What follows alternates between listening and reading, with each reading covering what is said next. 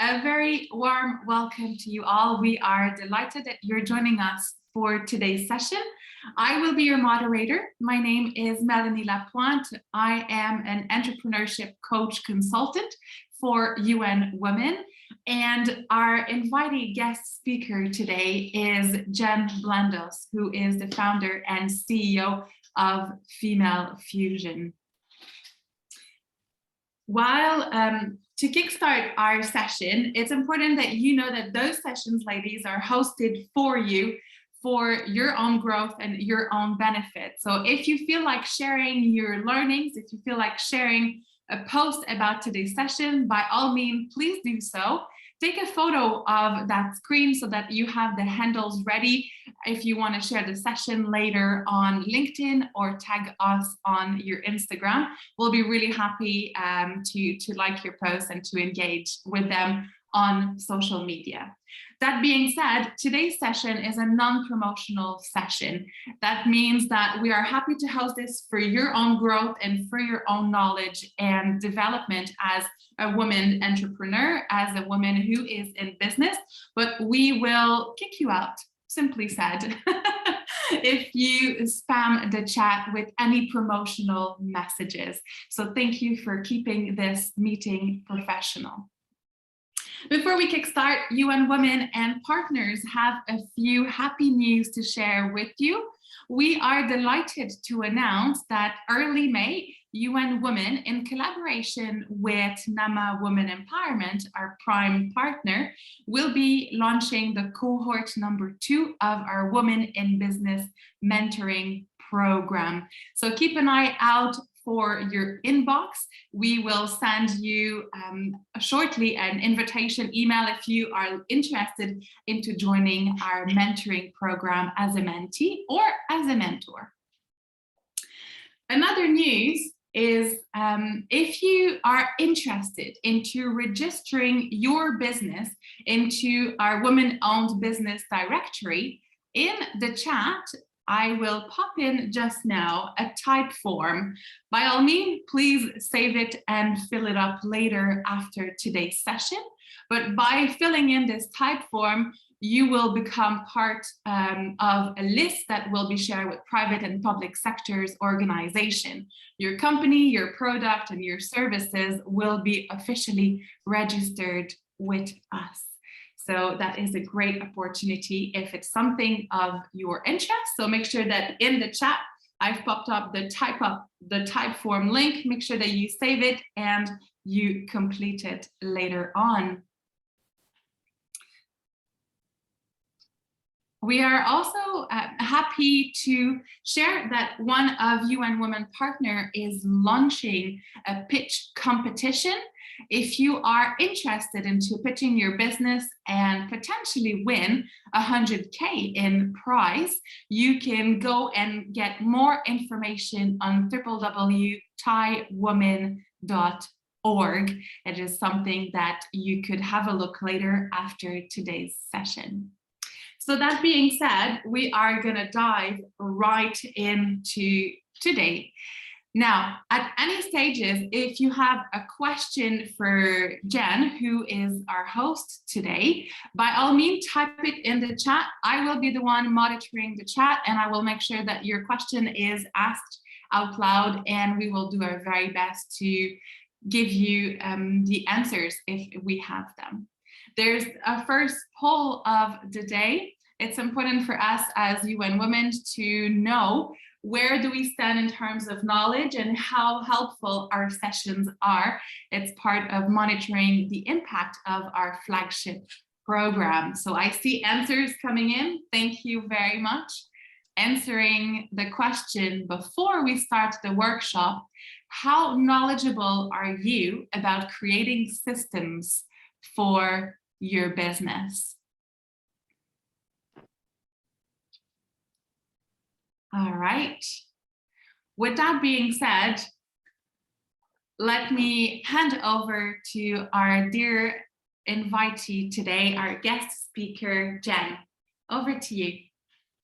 Good morning, everybody. I'm so happy to be here. I think a lot of you know me from UN Women or also from Female Fusion already.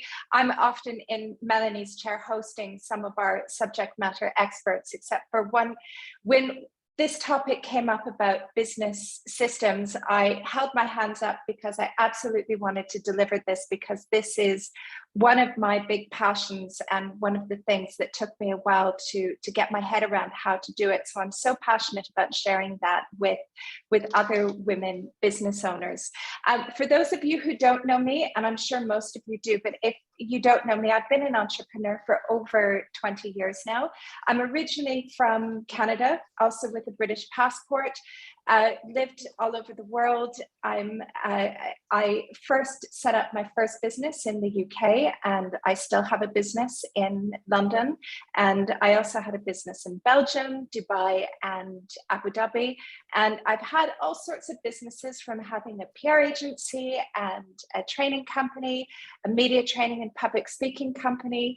And today, many of you know me as well as the owner of Female Fusion, which is the UAE's largest community for women entrepreneurs.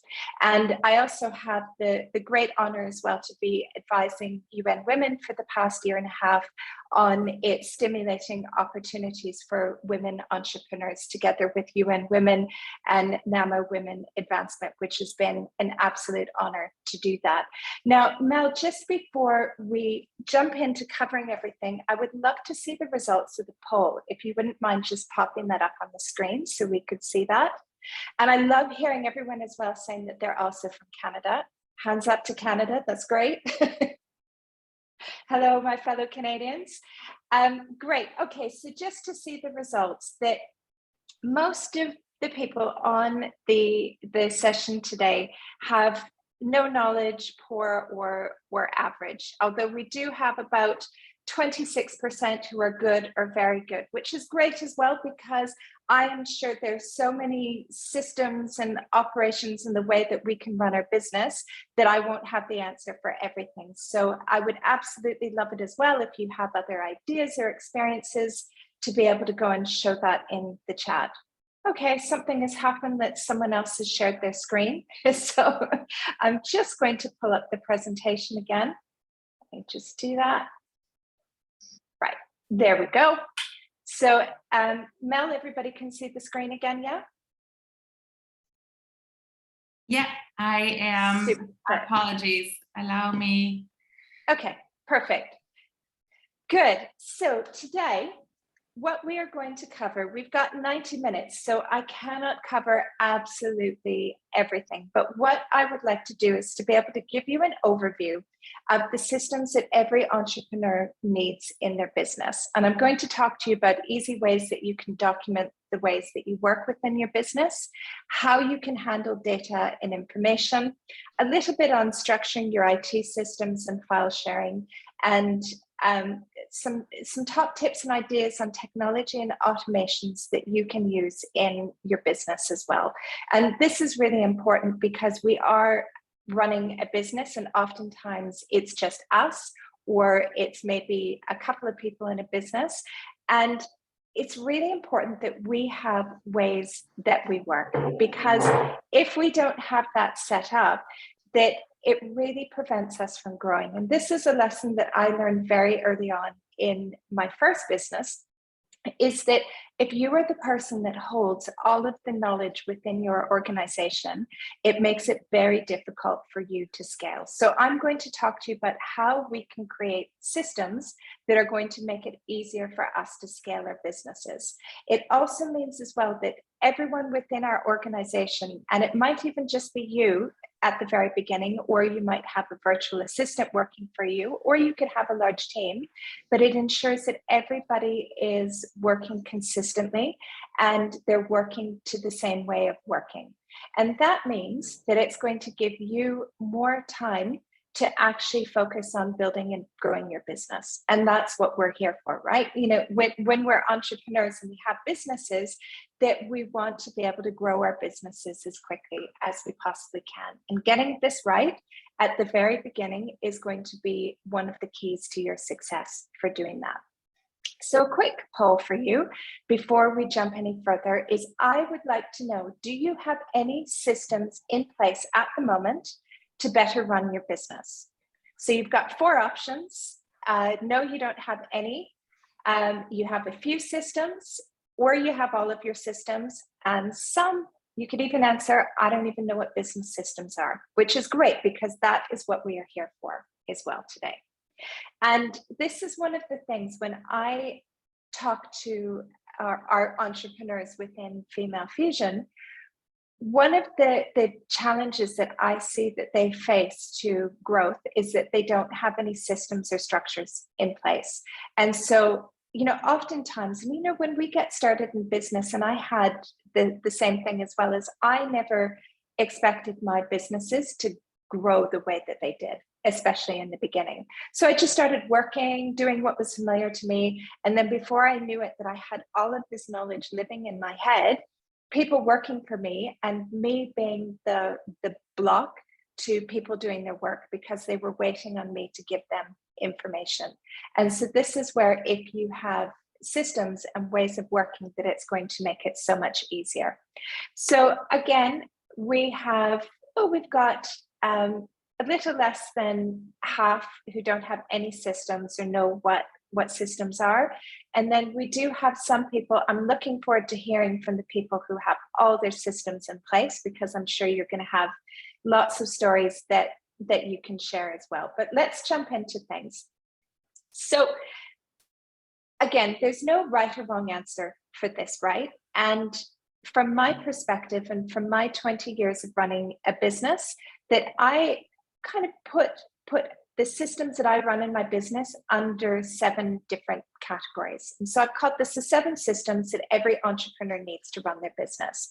And I've categorized that under operations, finance, customer client management, sales, marketing, legal, and people or HR. So those are the systems that I'm going to delve into detail with you today, and then we'll analyze that and look at how you can implement that in your business.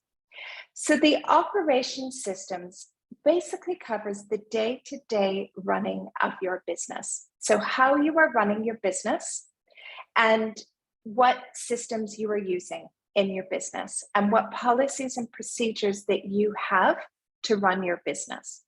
It also comes down to things like data management and where you keep your passwords. So for example, I was talking to a number of entrepreneurs last week, and we do a weekly co-working session in our office, and we were talking about how people were storing data and information, and nobody had a way that they were storing their data or their information. They couldn't remember all of their passwords. Some of their passwords were the same for everything, and they were losing different documents everywhere. And this is a challenge. So the thing is if you've never run a business, you wouldn't naturally think about this. But when you have a business, it's really important that you have a central place where you store the information about how you run your business. And I learned this firsthand, and the importance of this firsthand, about 10 years ago. And remember, I've been running businesses for over 20 years, but 10 years ago, I was diagnosed with breast cancer. And I had to step away from my business for over 6 months. I wasn't able to work. I was in and out of hospital, having operations and radiotherapy treatment. And so I needed to step away from my business. And I didn't have all of the systems in place in my business. And so it was down to my team, when I wasn't feeling very well, to work out how all of these things were implemented. And so you never know what might happen, or if you might have to step away, or something might happen to you, that you want to be able to have all of these things laid out and documented so anybody else can step into your business and help support you to run your business. You also want finance systems. And I find that this is one area that most entrepreneurs have a big gap in.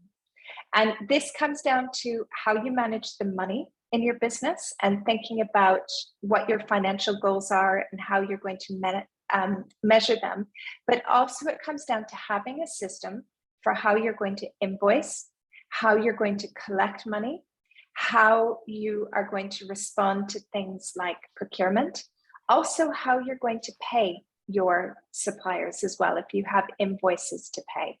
And the great thing is in the finance side is there are so many different systems and software available to help you keep track of this.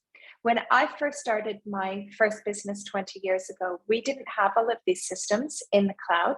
So the way that you kept track of your finance is that you either had an Excel spreadsheet, or back then there was QuickBooks, which a lot of people know that they can use as invoicing software now.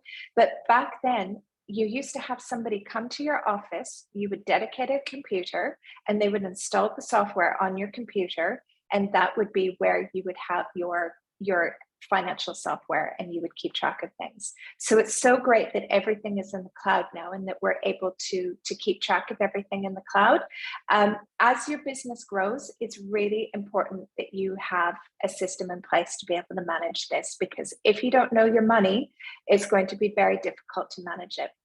And I'm a big believer in having a system for finances, because the number of entrepreneurs that I deal with that don't have an invoicing system in place. So for example, a number of times I've dealt with entrepreneurs, because I try as much as possible to also buy from women-owned businesses and everything that I do, and also even for the office. And the number of times that I've had to chase again and again and again to get sent an invoice. That should be the first thing. The moment that you do the work, that you automatically issue an invoice, or before you do the work that you issue an invoice. And this is something that if you have a system in place and you have steps on how you deal with customers, if you're going to deliver a service, that you won't even have to think about this. The same thing about collecting money, how you go about collecting money, what that process looks like. All of these sorts of things, if you have that in place, anybody else can step into your business and be able to do that for you.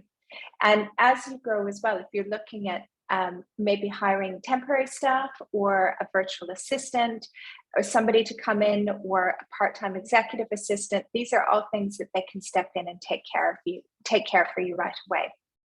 The other thing as well, do you have systems laid out and steps on how you deal with different interactions with your customers? What I find is that most businesses don't have that. What are your processes for dealing with complaints? If you're dealing with refunds, exchanges, if you have problems or defects, requests for information from people, or how do you even deal with praise? Maybe somebody has a really nice compliment about one of your employees. How do you deal with that? Do you just take the email, or do you have a way of celebrating? Do you have a way of documenting that? Is that something that you're going to maybe take and use as part of your marketing later? What approvals do you need to ask from that customer to be able to use that? So all of these sorts of steps are really essential to help you think about how you are going to be running your business. Sales as well. I find too that a lot of entrepreneurs, even ones who've been in business for quite a while, don't have a set way on how their sales funnel looks. So how do you prepare? How do you sell to your customers or clients? What does it look before a sale, after a sale?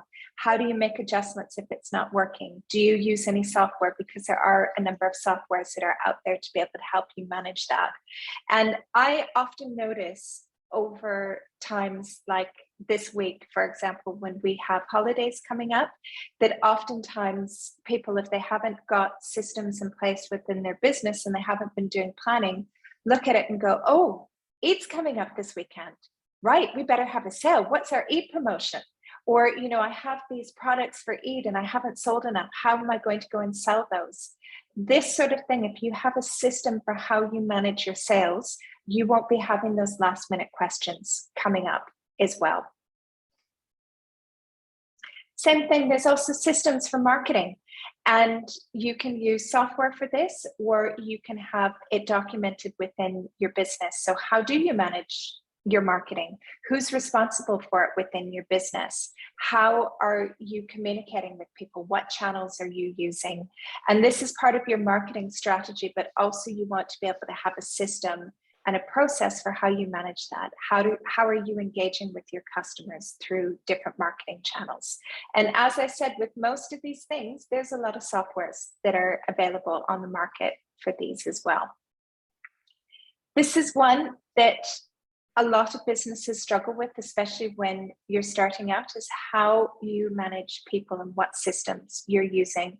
So, and that starts from the very beginning when you're searching for people and you're hiring people, to the onboarding process. If you have people working for you, what is the process within your organization for handling performance management? And performance management is typically the things like doing performance reviews. So do you as a company do them every 6 months or every 12 months? Or do you sit down with people once a month and just have a catch up and talk to them about how things are going within the business? So if you do feel that there's any problems that come up, that you will be able to identify those in the beginning. Also as well, unfortunately, this is one of the hard things about owning a business, is if you have an employee who's not working out or who has struggles, that how you manage the disciplinary process and what that looks like. There is there is kind of a myth sometimes that people think that if someone doesn't work out within your company, that you can just terminate that employment, that you can't actually do that, that there is a whole process that you need to follow to make sure that that employee who's working for you is treated fairly within the organization, and that's part of labor law as well. So all of those sorts of things, if you have processes, you also need to make sure as well that that's aligned with the labor law of the country as well. Also, how many of you are tracking sick leave or holiday leave of your employees, and how do you do that? What system do you use? Are you using something like just a Google document or an Excel spreadsheet, or do you have a more detailed system? Or I know some people just go and write it in their calendar and hope that they remember, but hope that maybe their employees are keeping track of it because they've been so busy working in their business that they haven't been able to keep track of all of these things. And then just as we want to make sure that we have a process for onboarding people, we also want to make sure that we have a process for offboarding people as well. Because my view is, look, you're not going to have employees working for you forever. And it's only natural that employees are going to grow and leave and go somewhere else. And you want to make sure that they're going to leave your organization with a positive impression. And part of that is making sure that you do a good offboarding process for your employees. So that all goes within your people management systems. And legal management systems as well. And I know people get scared about this and they think, oh, legal lawyers, this isn't for me.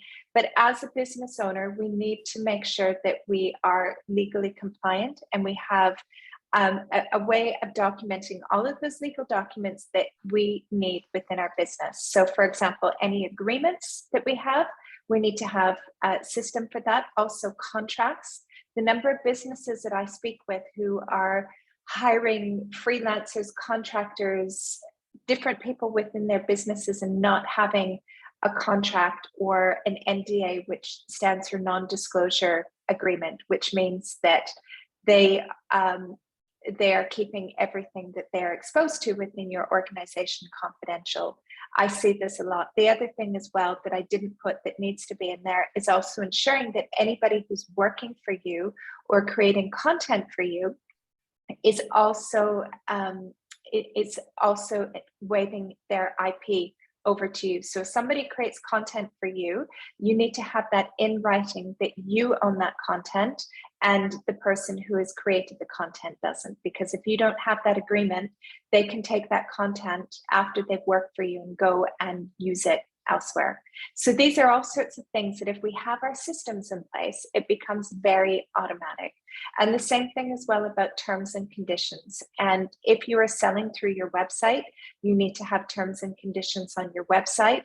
If you are selling through a market, or if you are selling directly to somebody, that you need to have terms and conditions written up so everybody knows what is part of that arrangement when you're selling as well.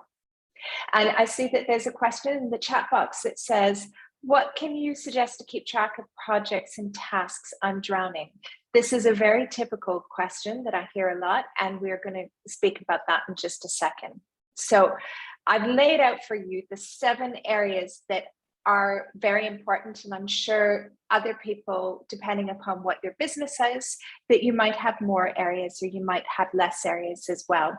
And we're going to talk about things like talking about accounting systems. Somebody's asked me that as well. But I would really like to know from you right now, which business system do you not have in your business, but you would like to create? So if you were to choose one area out of all of the ones that we've talked about, which for you is the most important? I think I know what it's going to be, but I would love to see, because whichever one you choose the most of, we'll spend a little bit more time speaking about as well, because if we can give you with some tools that you can go away with, that you can implement right away in your business, I would be really happy. So it looks like most of you are quite keen on finance, and that's an area which is quite big for you, and also customer and client management as well. So, and sales, look, they're all important. All of these are super important, but I'll try to give you as much knowledge from my brain in the next hour that you'll be able to go and take this and implement it within your business. So the next thing I want to talk to you about, and this is where a number of entrepreneurs get a bit stumped as well, is how do you document this? You know, we talked about these 7 areas, right? There's all of this stuff that we have in our business that we should have a system for, but how do you actually do it? That is a big question, right? You know, we've got this, but how do we actually make it happen within our business? So the first thing I would always recommend, and it's a process that I do within my business as well, is that I look at what kinds of systems that I need in my business, because what I need in my business is not what you need in your business. Every business is different. And so this is where you almost need to do a little bit of an audit and look at where you need help, where maybe people in your business are struggling, and where it would help to have processes in place to run things smoothly.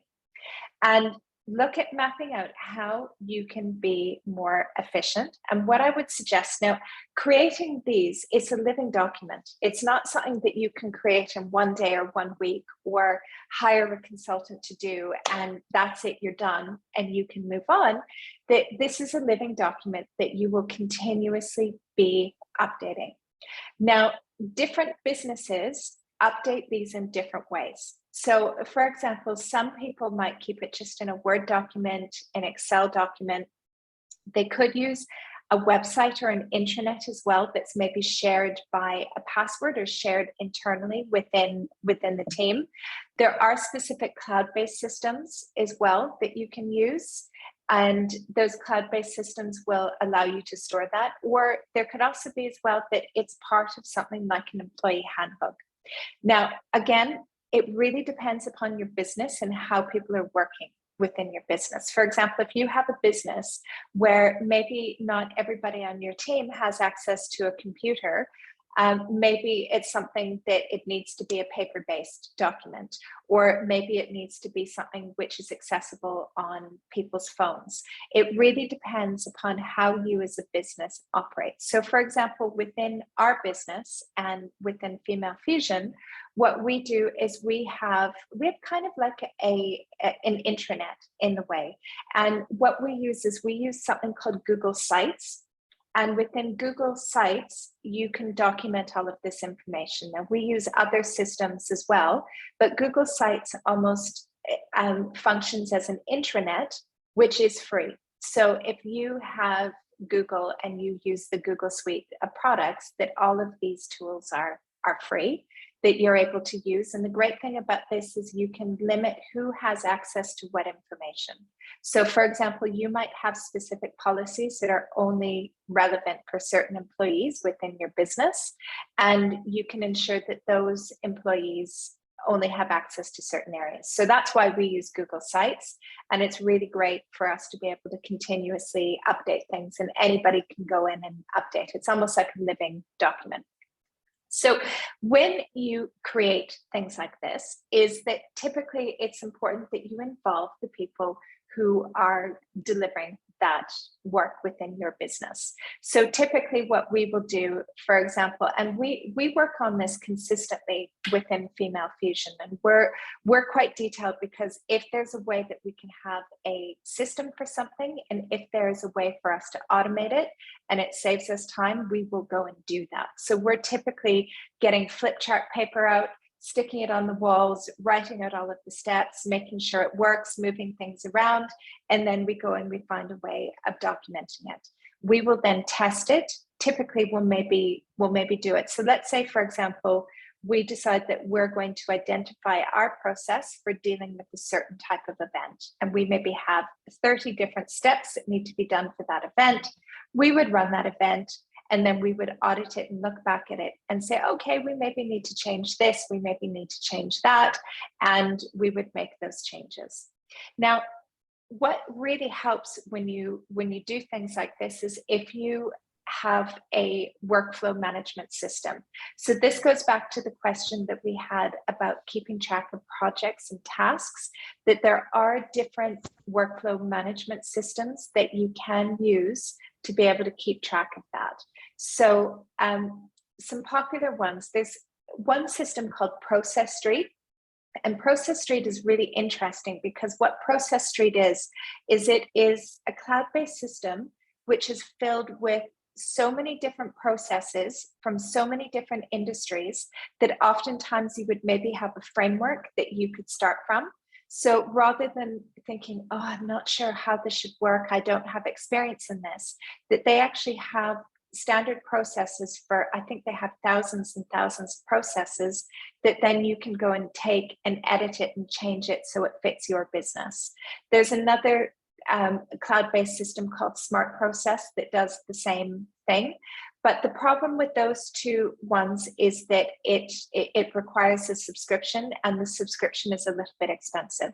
So you don't necessarily need to do this. And personally, I don't use systems like this. I don't feel that it's necessary for the business that we create those systems ourselves.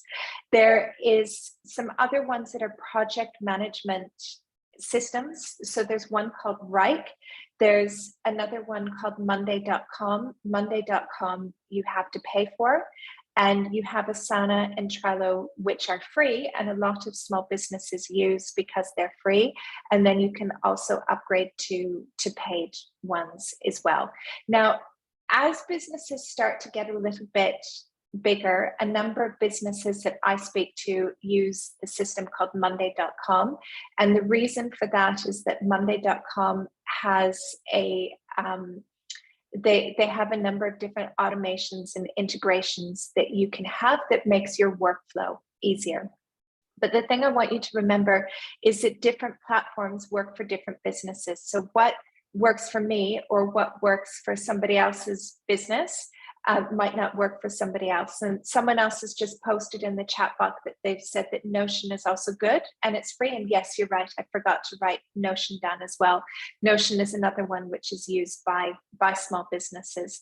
And Rike does not have a free version from what I know. I think a lot of these ones will have trial versions. So you might get 7 days, 14 days, 30 days to go and try and then see if it works for you. But the one thing is don't feel like you have to go out and spend money on this, that you absolutely are able to do things that that doesn't cost money.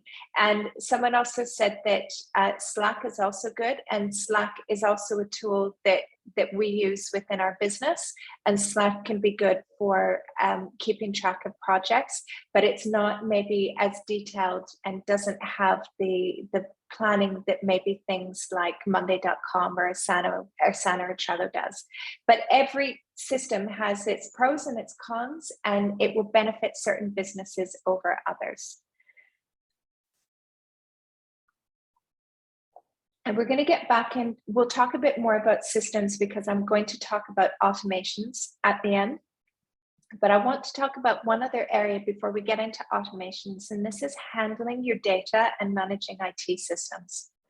And this is often one of those things that when people set up businesses, they don't necessarily think about, because oftentimes it's you and your laptop in the beginning. You start your business, you have your business idea, and you're so busy trying to get customers, grow your business and everything else, it's you and your laptop. But what happens is your business grows and grows and grows is that you do not have a way of handling your data. So what I would love to know from you before we talk in more detail about this is I would love to hear from you how you store electronic files for your business. Mel, if we could just pop the poll up, please.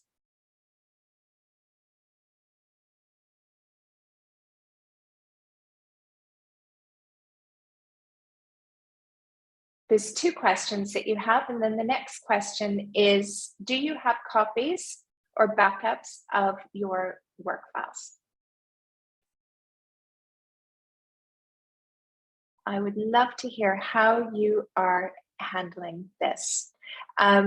There's a few people who have said that they're not able to see the poll.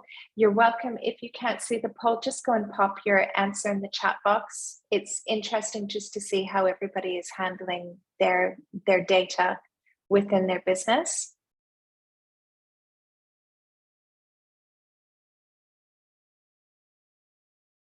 Okay. So 32% of you are keeping your data on your computer, just in your desktop or your documents. A few people of you have it on an external hard drive, and more than half have it in the cloud as well. So like places like Google Drive, Dropbox, iCloud. And we have one person who's keeping it on a server as well.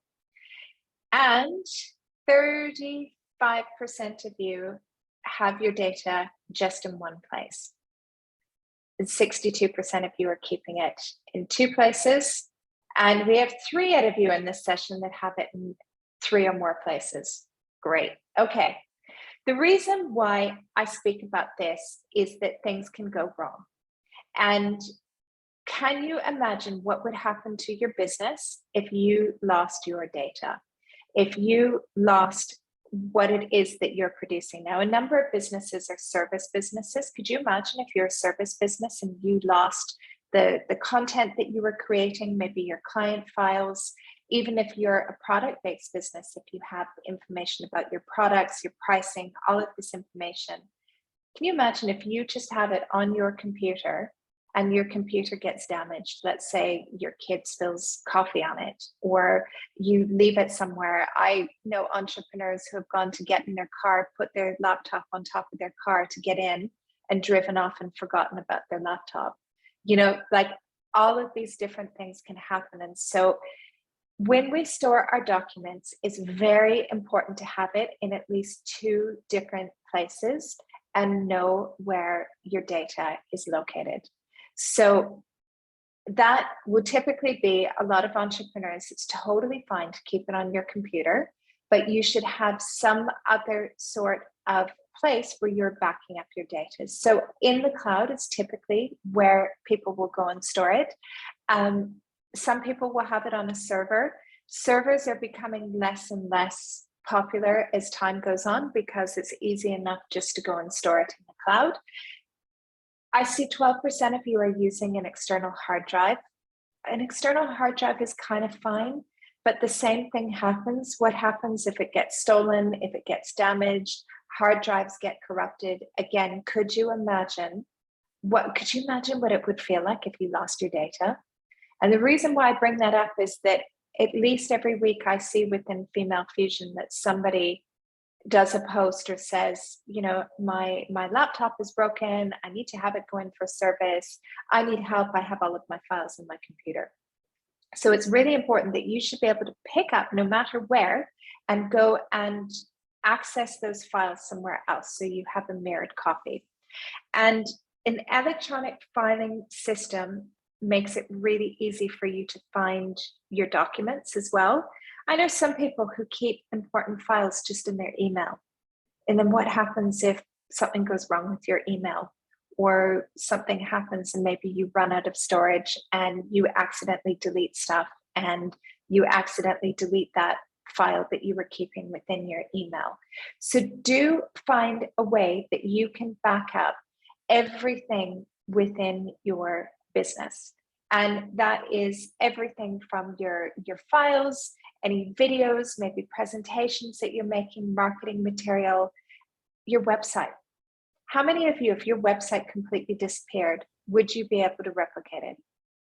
So for example, for us within our business, within Female Fusion, we have a process that every time we update our website, that we also have a copy of that. So if our website were to disappear, that within 24 hours, we would be able to rebuild that and have all of the content exactly as we had it.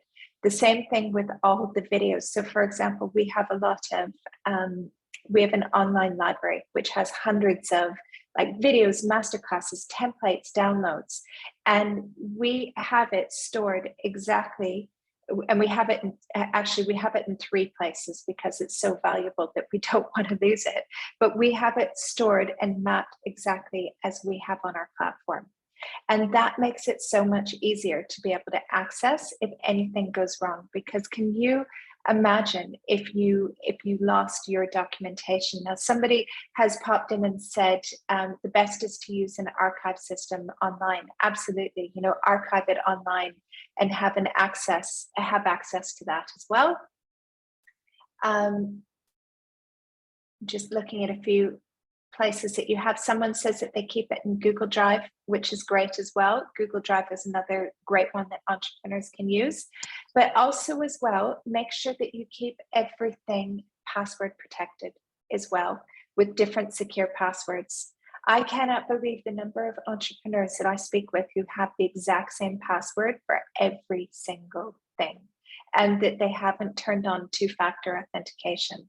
And this also goes for your social media accounts as well, please, because for so many of you that you're running your businesses off of your social media accounts, that you need to make sure too that you have 2-factor authentication turned on. Does everybody know what 2-factor authentication is? If you don't know what 2-factor authentication is, I can explain it to you.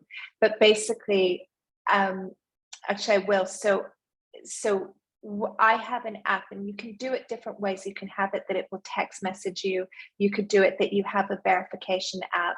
I have a verification app where all of my online resources have 2-factor authentication. So I need to go into that app and I need to get the code, or I need to get a text message sent to me. So that means that nobody else can go and hack into my account. So if you ever get a DM from somebody saying, oh, hey, I accidentally sent myself a code, could you send it to me? Don't ever go and send that to somebody, because that's somebody trying to get access to your account.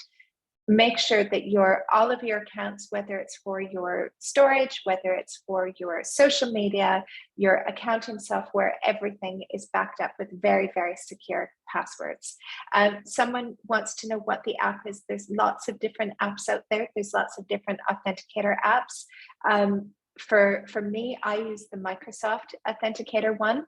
And the only reason why I do is because for my son's school a few years ago, they used the iSAMS platform for school, and you needed to set up 2-factor authentication, and we had to use the Microsoft one. So because I needed it for school, I stuck everything on that. And an electronic filing system. This is super, super, super important. And what I mean by this is that you have specific folders for documentation in your business. And that makes it really, really, really easy for you to be able to find documents in your business. So for example, let's say that you want to go and open up a bank account. I'm always speaking with banks, with different authorities, trying to find out like where the bottlenecks are for entrepreneurs.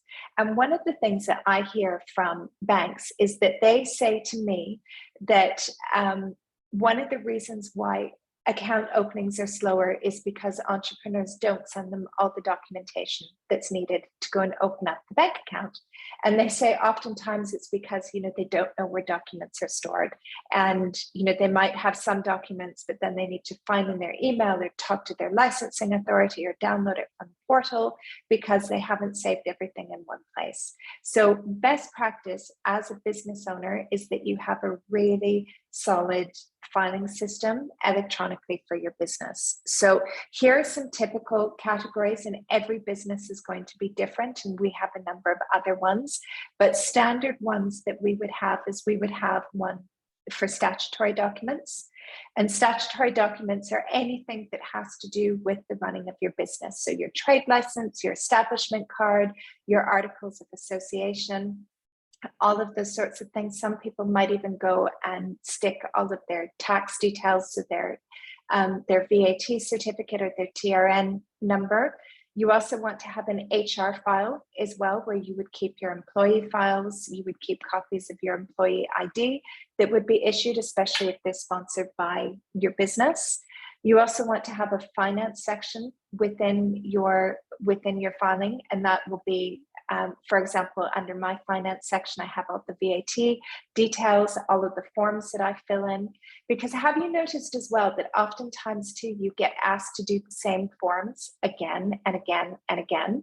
If you have copies of those and you have them filed in the same place, all it is a matter of going in, maybe changing the date on the bottom of that form where it's already pre-filled in, it's got your signature, your company stamp. All you need to do is change the date and send it again.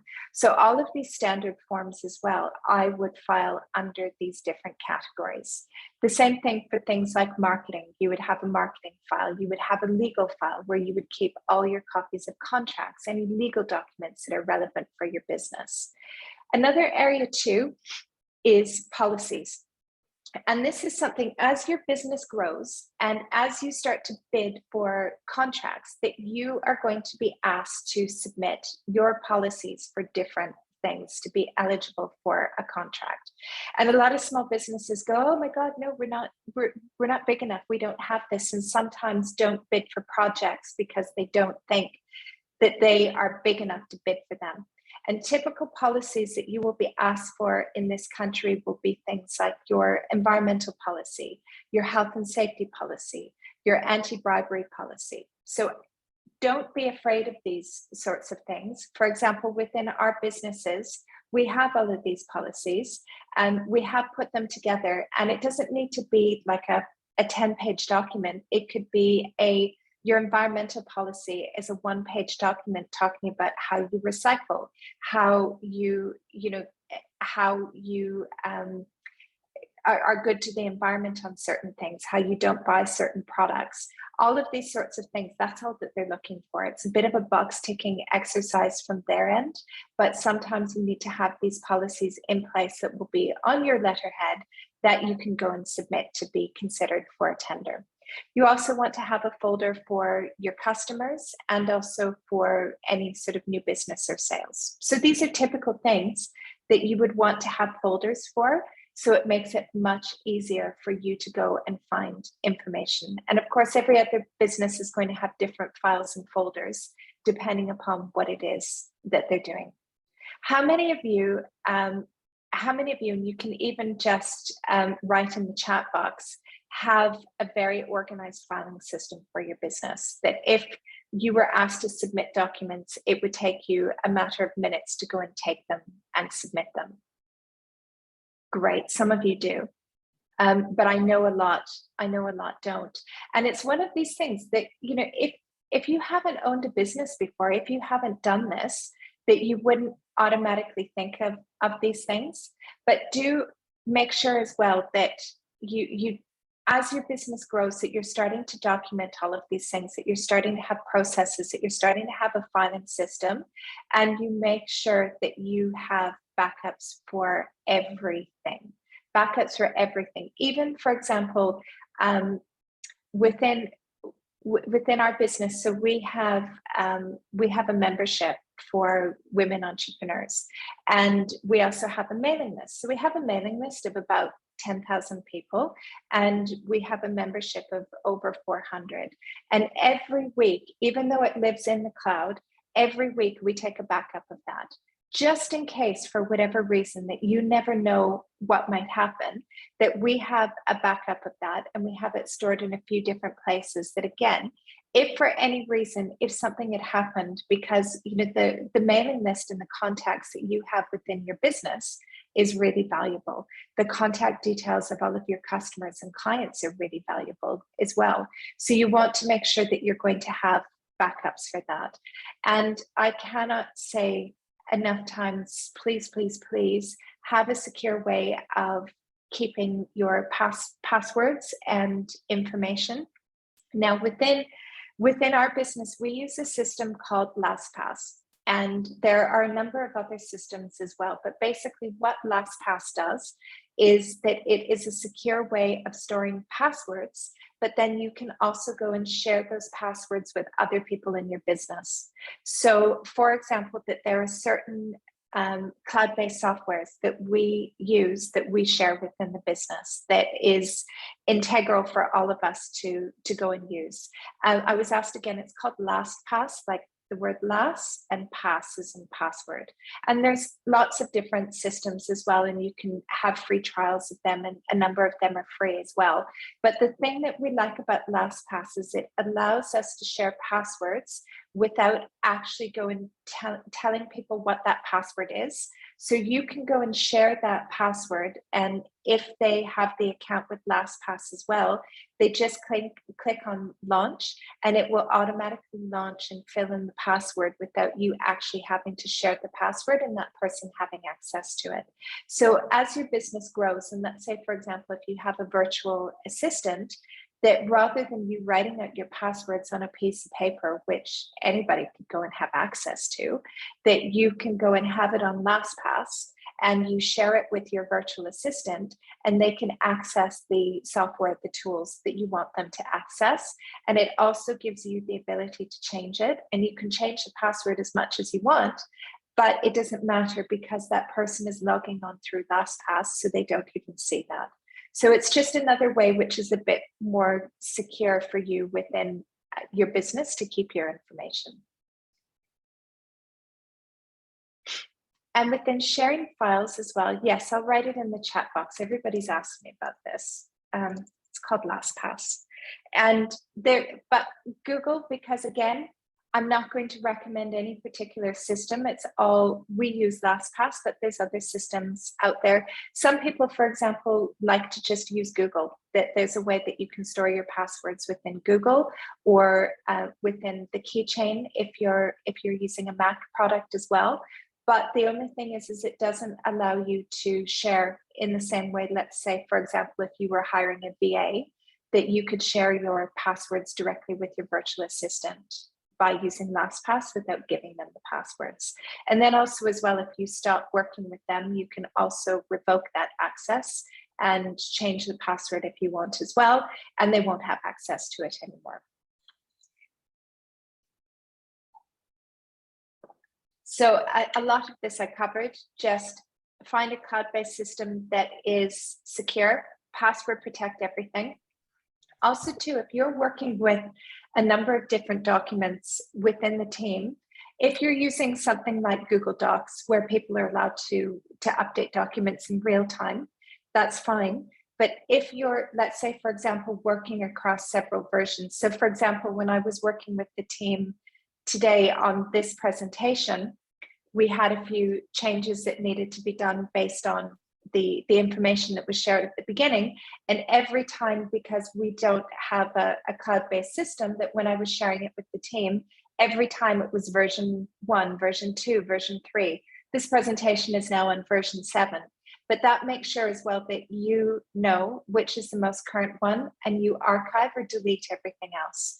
I like to, I'm a bit of a saver of information, because sometimes I'll create something really big and then I'll downsize it and make it smaller, but then maybe some of the information that I cut out could be used later. So I'll create an archive folder and I'll just pop everything in the archive folder to be able to access that later.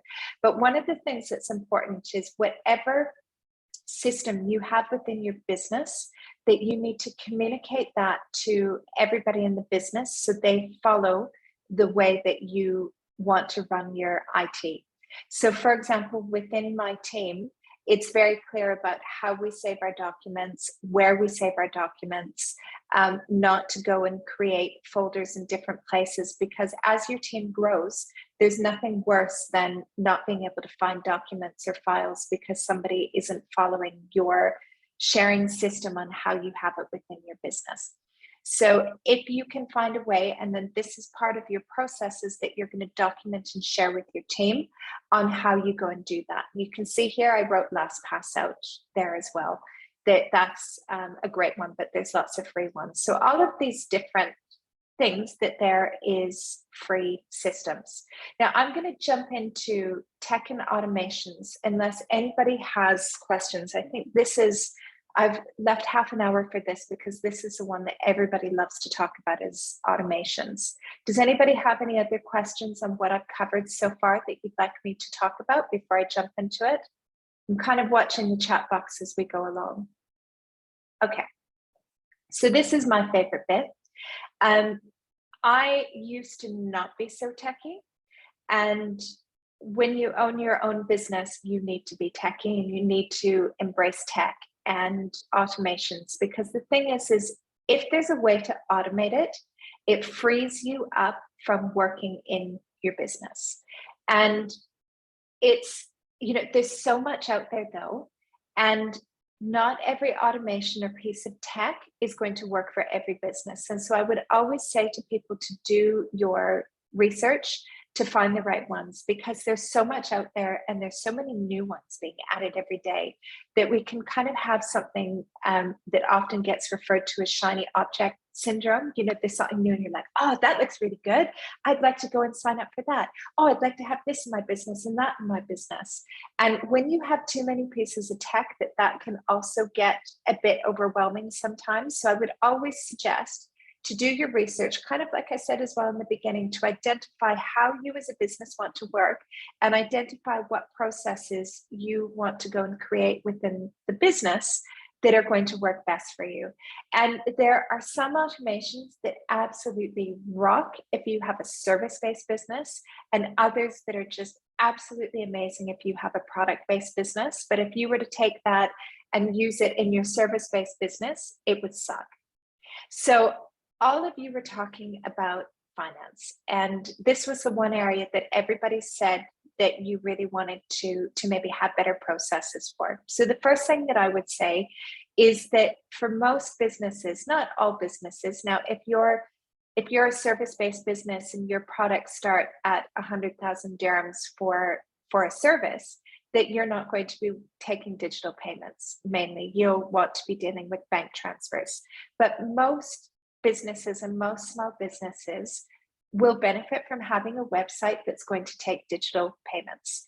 And that's really important. And I say to businesses, if you have a way for people to pay you on your website, it removes some of the barriers for people buying from you.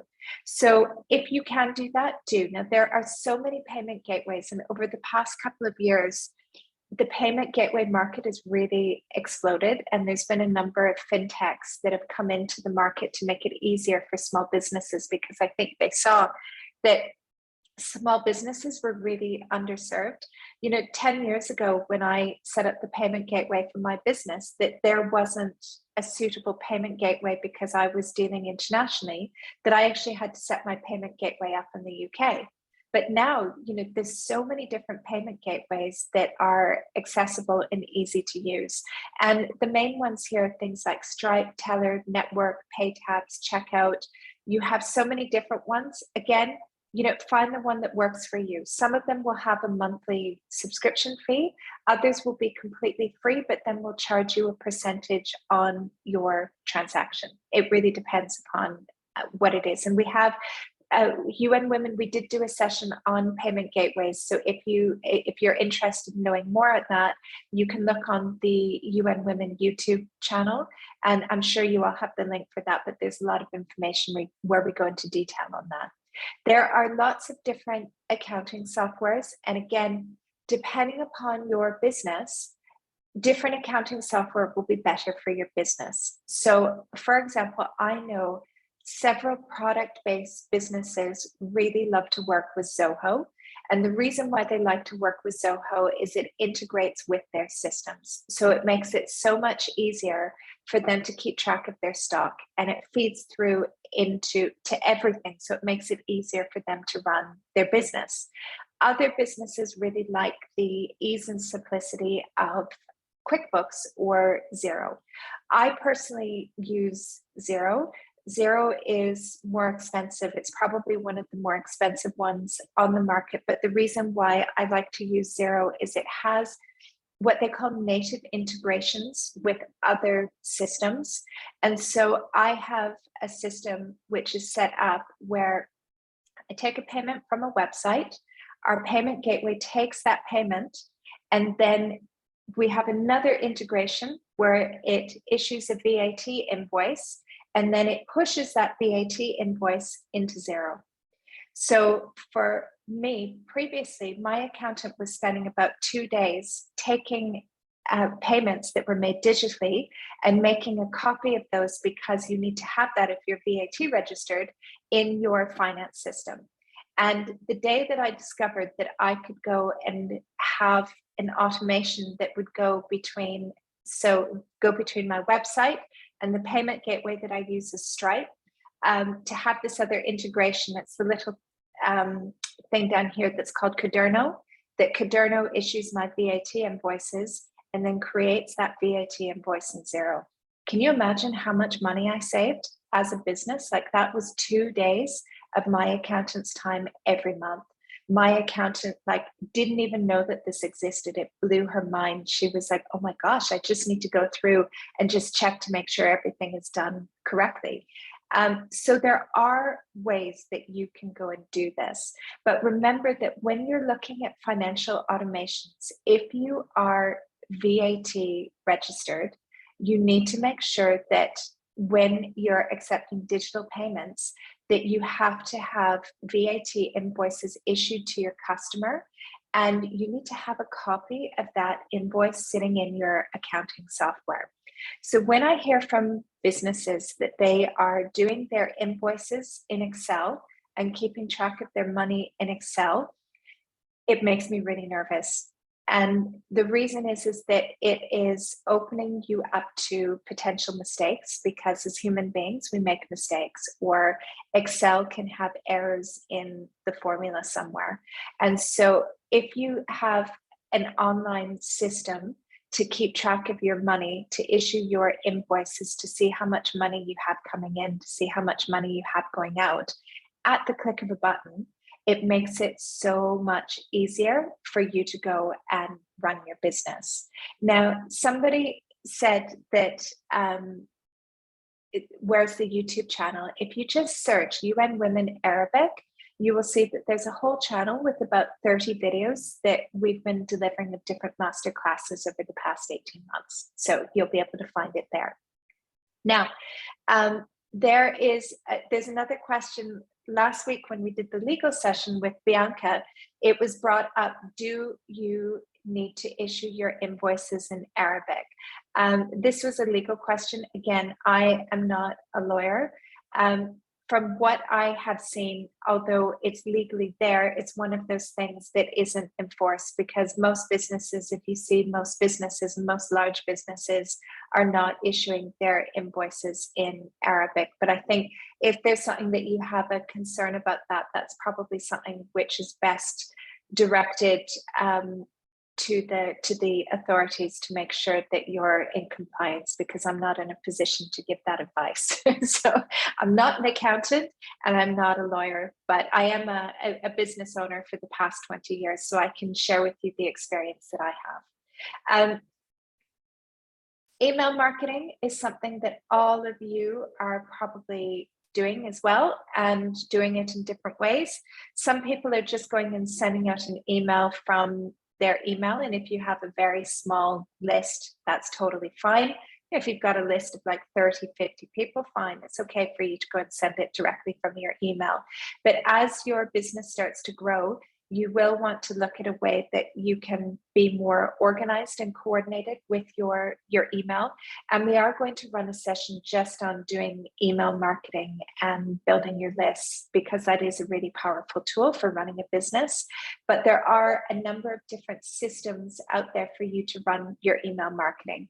I've listed a few. There are many, many more, and I'm sure we're going to have 10 examples within the chat box of people telling me different email softwares that they use. Here are some of the more common ones. Some are free, some are slightly cheaper. It really depends upon the number of people that you have on your mailing list. So for example, one of the more expensive ones out there is a platform called ActiveCampaign. I used ActiveCampaign in one of my other businesses, and it was a really, really powerful tool, but it was really expensive. And I took the decision after a while that, as great as it was and as cool of the different things that the ActiveCampaign system could use, that actually I moved it into the platform that we run our business off of, because it had it for free. And I weighed up and I thought, actually, my open rates are pretty much the same. I don't need to be spending $500 a month on the system when I actually have it for free in my platform as well.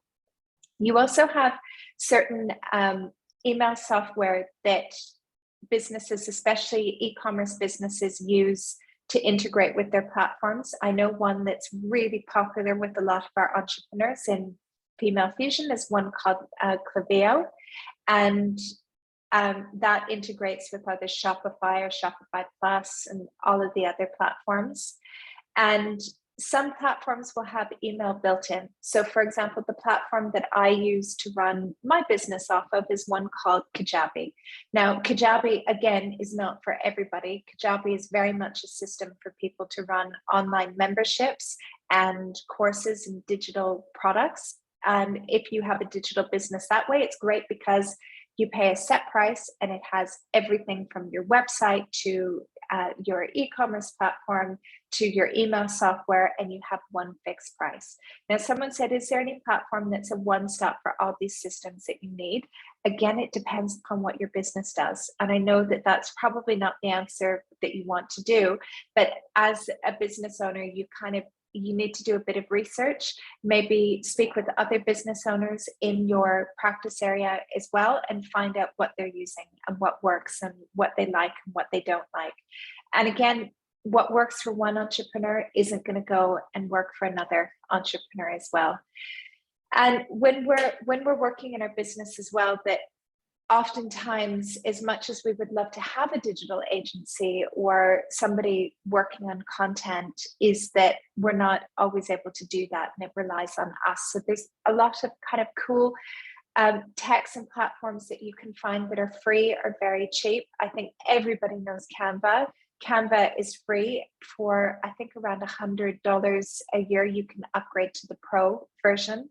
I find it's worth it because Canva also, if you upgrade to the Pro version, it also allows you to share it with your team. So your team can also have the Pro version as well, which is really nice. Adobe has also launched a version 2 that a number of people like if they want to take a level up from Canva.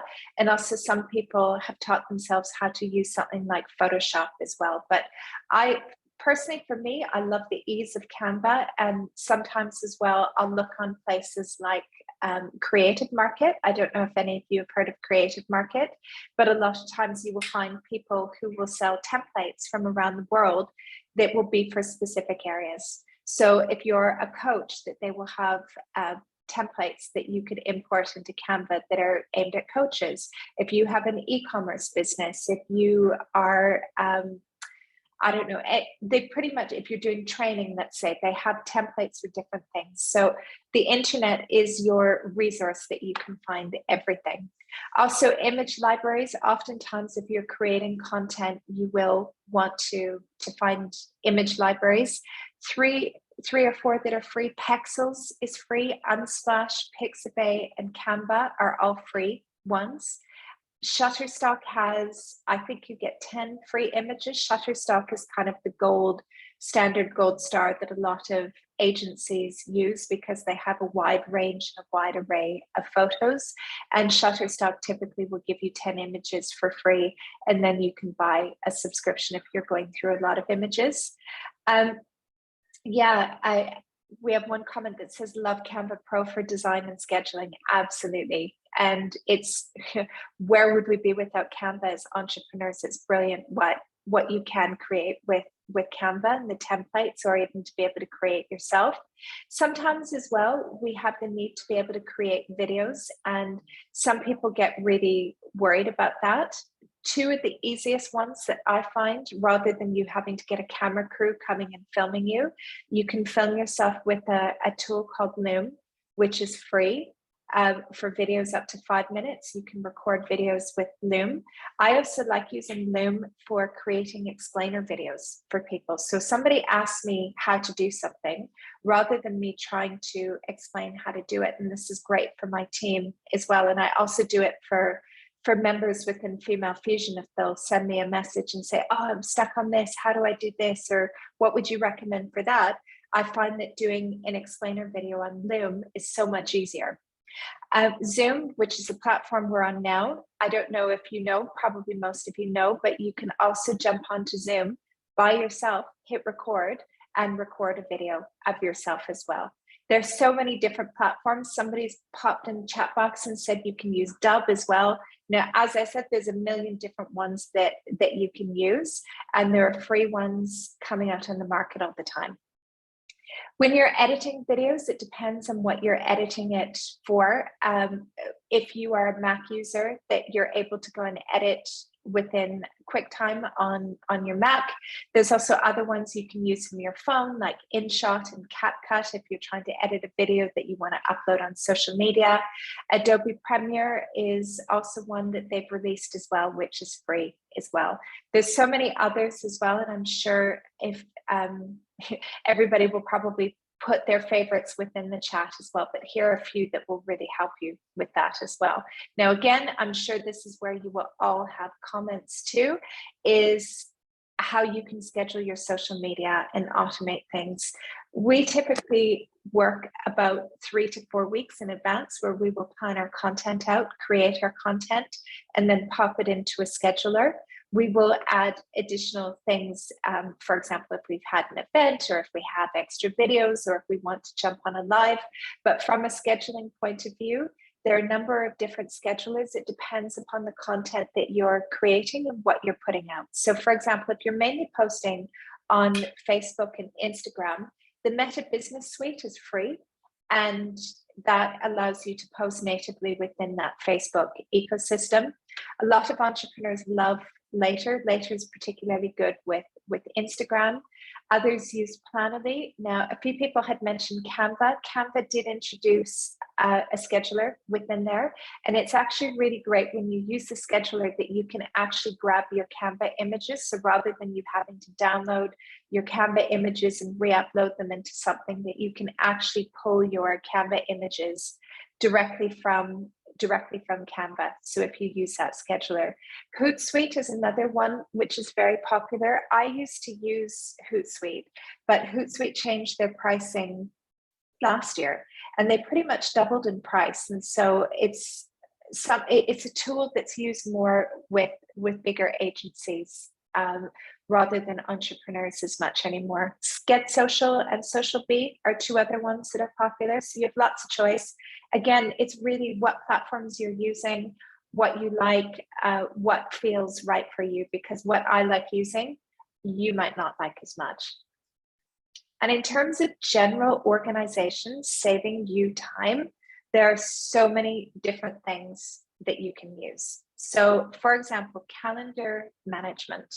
If you have people who are booking meetings with you, rather than you trying to find a meeting time that works with different people, you can go and send a link to your calendar and get people to go and choose a time that's available in your calendar. So Calendly is one that's used by a lot of people. You have to pay for it. Other ones, Book Like a Boss, Acuity, HubSpot, again, all of these ones are different ones, but it saves you time. And especially if you don't have an EA or an admin person, if you're trying to schedule lots of meetings, that these sorts of things really will help you with your general organization. A number of businesses as well oftentimes are creating surveys or questionnaires, and popular ones, the free ones, are Microsoft Forms, Google Forms. Typeform is paid for. Actually, there's a free Typeform, but you're only allowed 10 questions, and I think it is 15 or 20 replies. So if you have a few number of people that will be replying, you can use Typeform, and SurveyMonkey, I believe, still has a free one as well. Another one that I didn't put down there, but also has forms as well, is Monday.com. And Monday.com has forms that can also be embedded within an email or within your website as well. And that would feed back into your Monday.com board or within that whole system as well. Project management, again, so many different types of project management, but within the entrepreneurial space, a lot of small businesses are using Trello and Asana a lot because they're free. And as they start to upgrade a lot, are using Monday.com. Now, one of my favorite tricks is dictation. Has anybody heard of Otter.ai? Otter.ai is a thing where it's an app, and it can also be on your desktop, where you speak and it will go and write out what it is that you're saying. So if, for example, you're trying to write something, or you're trying to maybe take notes, but you don't have time to go and write it out, that it will actually go and transcribe it. And the transcription is really, really accurate. And you can also go and select what type of language you're using. So for example, I typically write in British English rather than Canadian or American English. And so I will set Otter.ai for British English. And so British English is a really useful one. Like, it will come up with that, and it will have the OURs rather than the American way. So it just saves you time when you're doing it as well. So a few people have said as well, what about for doing polls? So again, polls, a lot of people will use things like Typeform or SurveyMonkey as well, but you also have other, there's one, for example, if you're doing something online and you want to have people do polls that you can use, there's one called Mentimeter.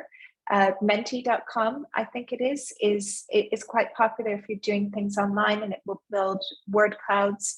There's a few other ones. I think Mel, I'm looking at Mel on the screen. I think Mel, you use one as well. What's the other one that you use?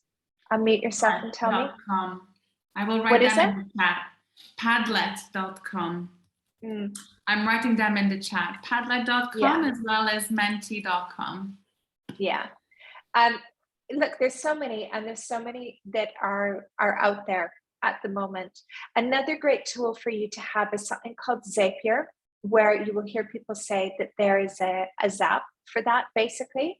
And what that will do is it will connect your different systems together.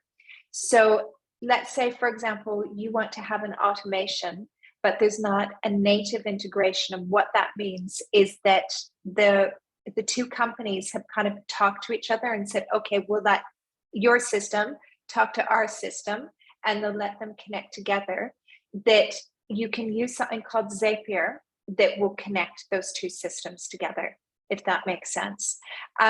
Zapier is great, but the only problem with Zapier that I found is that if a company has an update to something, that your Zap or your connection between those platforms could get disconnected, and you would have to redo it all over again. So for example, where I was telling you about my little hack with the VAT invoices, that I made sure that I chose systems that natively integrated, so I didn't have to go and do a Zap. So because what that means is if one system, one platform decides to do an update, it will still all connect together. because there's nothing worse than finding out that the way that your VAT invoices are being done has stopped working because that one company didn't update. And sometimes it could take you a few days or even a week to find out, and having to go and manually redo some of those things can be a bit of a pain.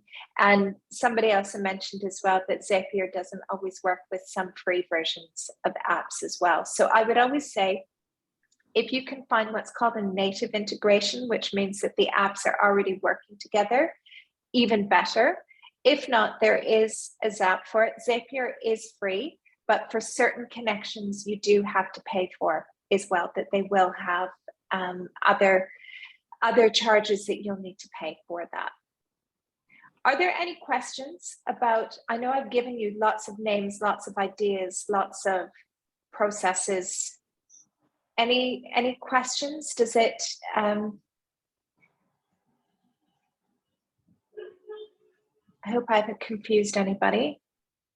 So what I would love, Mel, we're just gonna, before we get into a bit of a chat, I would love to launch the poll again. This is a standard poll at the end of every UN Women, NAMA Women Advancement workshop that we would really like to know if you found that your knowledge about systems has improved.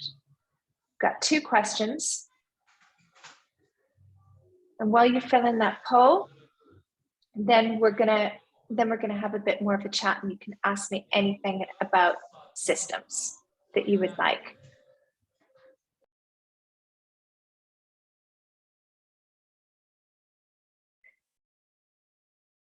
Okay, someone said I figured it all out for you. I'm happy I did. You gotta have questions for me. Come on, ladies, you can pop it in the chat box. I'm looking in the chat box to answer any questions that you might not know about. I'm so passionate about this. And you know, the thing is, if you can get this right in the very beginning of your business, it sets you up for running your business.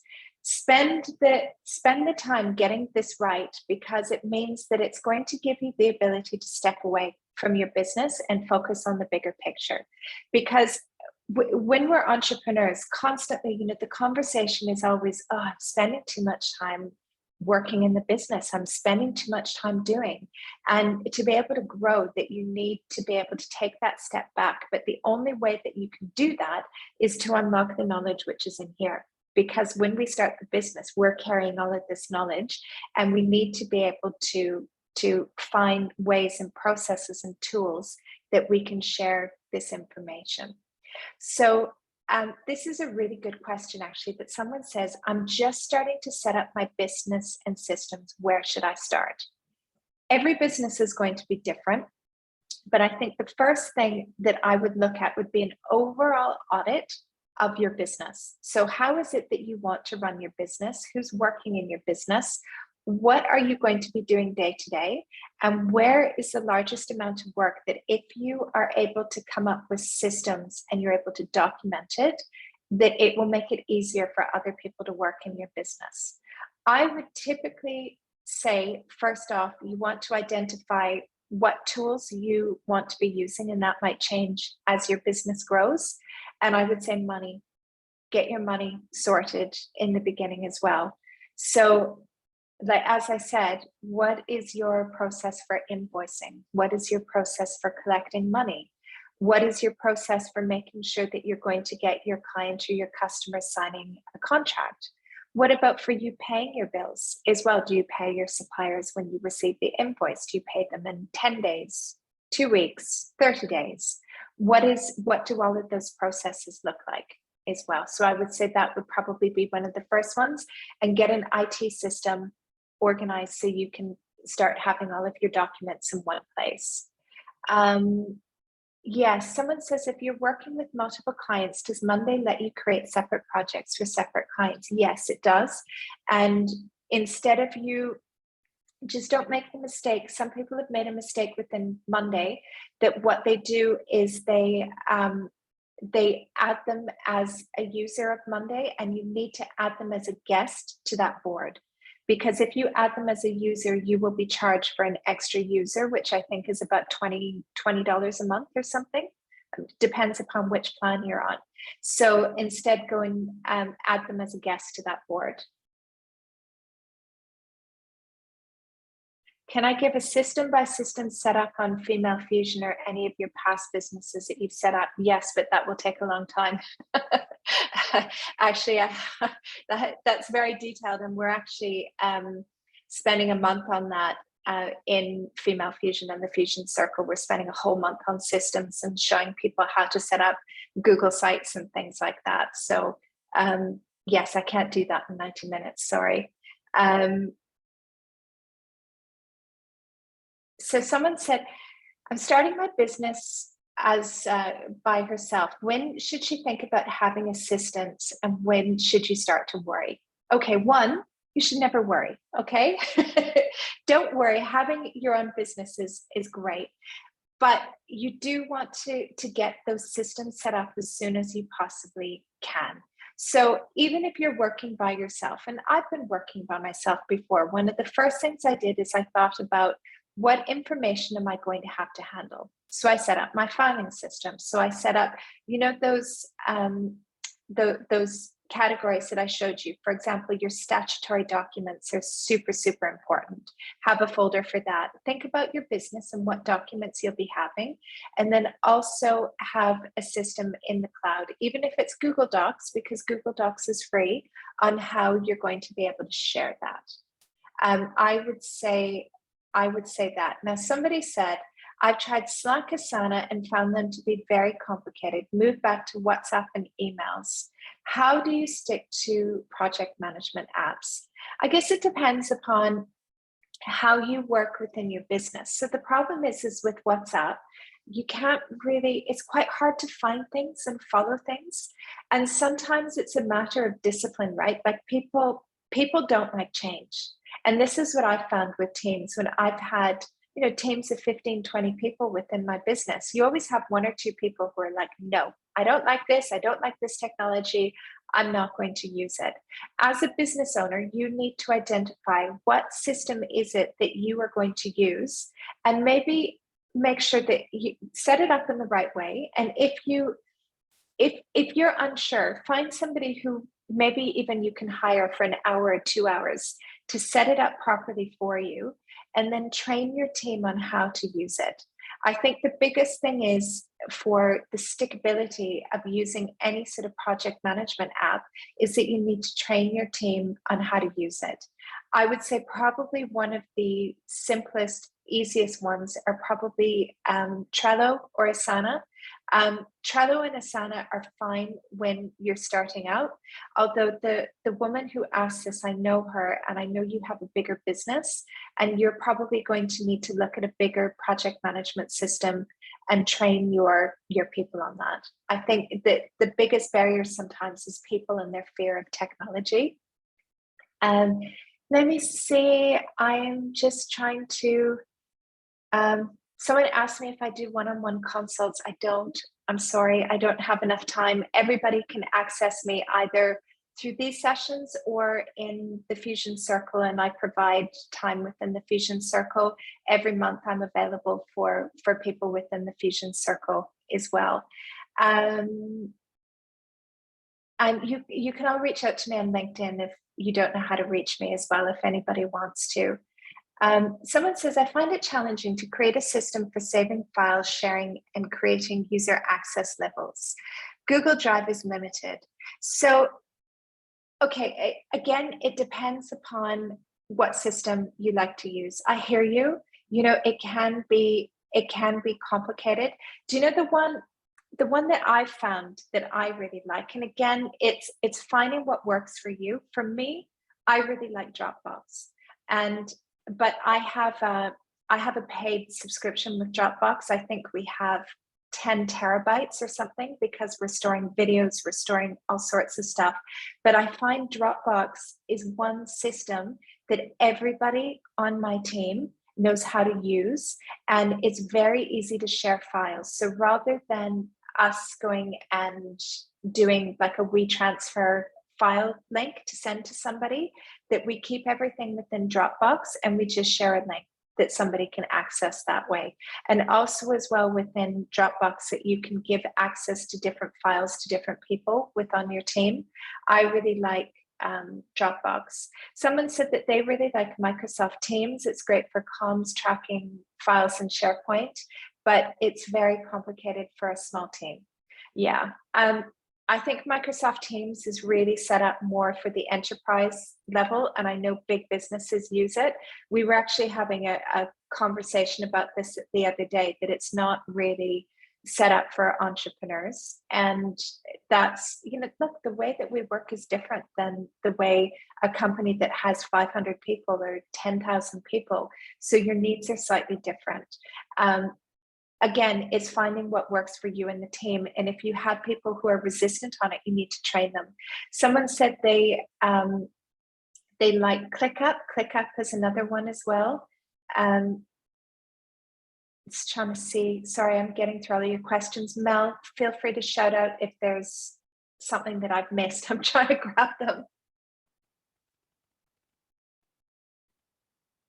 Sorry, everyone. Yeah, I think, yeah, a lot of people have said, you know, different things work for different people. Shopify, I am not a Shopify expert, unfortunately. I know, speaking with some of our members who are really big on Shopify, that they say Claveo, which was the one that they use. Again, you know, like, things are changing so much, right? So I would ask other people who have similar businesses to you what they use, what their experience is. And I also do research. You know, like I will be on other Facebook groups where people of similar industries are to me, but maybe internationally. So I can find out what people are using there.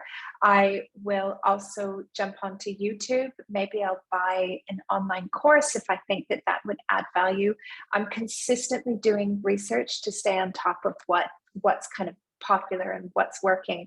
And just because it's new and shiny doesn't mean that it's best either. There's so many options that you can find as well. I think I've covered all the questions. If I didn't, please feel free just to go and pop it in the chat box as well. I think I've covered everything for all of you. I'm happy if something comes up afterwards, feel free to just ping me a message on LinkedIn and I'm happy to answer it there for you as well. Okay, Mel, over to you. Thank you so very much, Jen, for the fantastic session. I think the comments in the chat speak for themselves. The participants found the session extremely dynamic and very helpful. I think they really appreciated the passion you shared for setting up the system, but also for having those great reminders about the importance of being organized and automating where possible, but also being very structured and making sure that our data is safe and that our systems are viable. So thank you very much for sharing your knowledge with us today. It is greatly appreciated. Absolutely, no problem. Thank you to everybody for listening to me today. It's nice to be on the other side. Until next time, thank you very much. Whoa, hang on. Sorry, before everyone goes, sorry, this is my fault. I should have moved the slide over. Just to show you, we've got 3 big sessions coming up in May. So lots more coming up in the next month for you as well. So this is what you have to look forward to in May.